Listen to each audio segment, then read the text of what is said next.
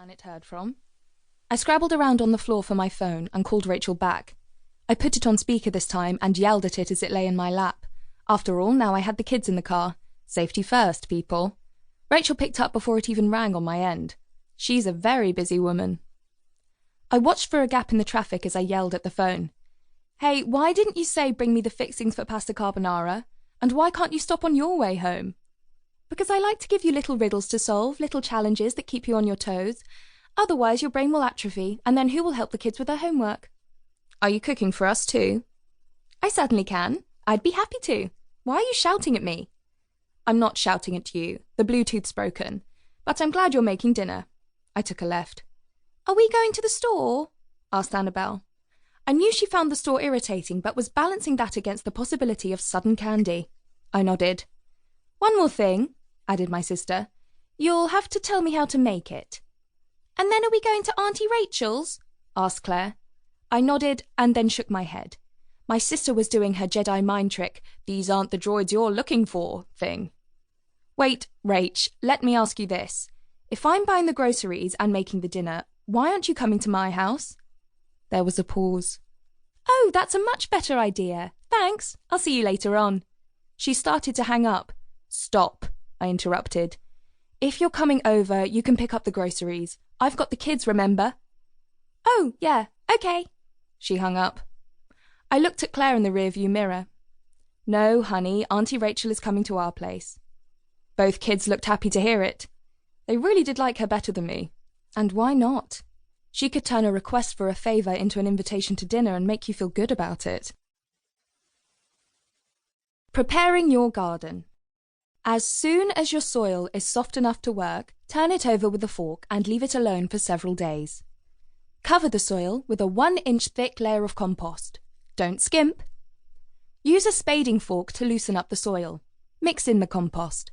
Rake out stones and other crap, leaving the soil smooth.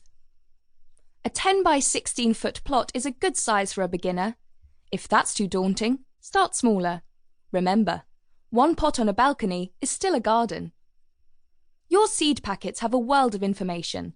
They'll tell you best conditions and times to plant. Not sure? Ask someone at the garden centre or call your local agricultural extension. Gardeners love to grow other gardeners. Chapter 1. I'm an illustrator, which sounds romantic, as if I spend my days under a spreading tree, dapple splashed with sunshine, a watercolour tablet steady on my knee. Actually, I spend my days slumped in an office chair, destroying my posture and working on a computer. There is sunshine, of course, this being Southern California. I love doing traditional illustration, the pencil and paint stuff, and I wish I had more time to do it. But when I left college, the job I found was illustrating school textbooks. I took the job expecting it to be a good starting place, but it turned out to be a great big comfy chair of a job, with a good salary, benefits, free coffee, and all the second-grade textbooks I could ever want. 82% of American school children use Poplar Press products, and have done so for nearly a century. I love it. I learn all kinds of interesting stuff, and I draw and create things kids look at and, presumably, doodle little hats and moustaches on. Once, Annabelle brought home one of my textbooks, Kids in History, 4th edition, and I saw that dozens of kids had used it, each of them adding new details to my historical figures I never would have imagined. Who knew Martin Van Buren was so well hung? There are 4 of us in the creative department, plus a full-time writer, 3 fact-checkers, and a general assistant who's been there forever and who actually runs the whole place. She looked at me as I walked through the door that morning, and pursed her lips. Checking sent back your whale penis, Lili In. I raised my eyebrows. Rose, how long have you been waiting to say that? She didn't flicker. I got in at 7, so a couple of hours, I guess. I kept walking. Tell them they'll have their penis back in the morning. She coughed. I already told them they could have it back later. I stopped and turned. Why did you do that? She was looking at the magazine she'd hidden beneath her desk. Because then I could say, we'll have your penis back at the end of the day, but it will be hard. I can see how that would be difficult to pass up. She shrugged.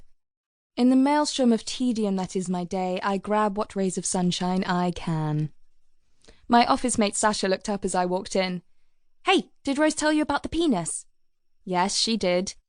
Did you still need me to help you with your biology book? The development of the chicken egg? It can wait. Okay, thanks.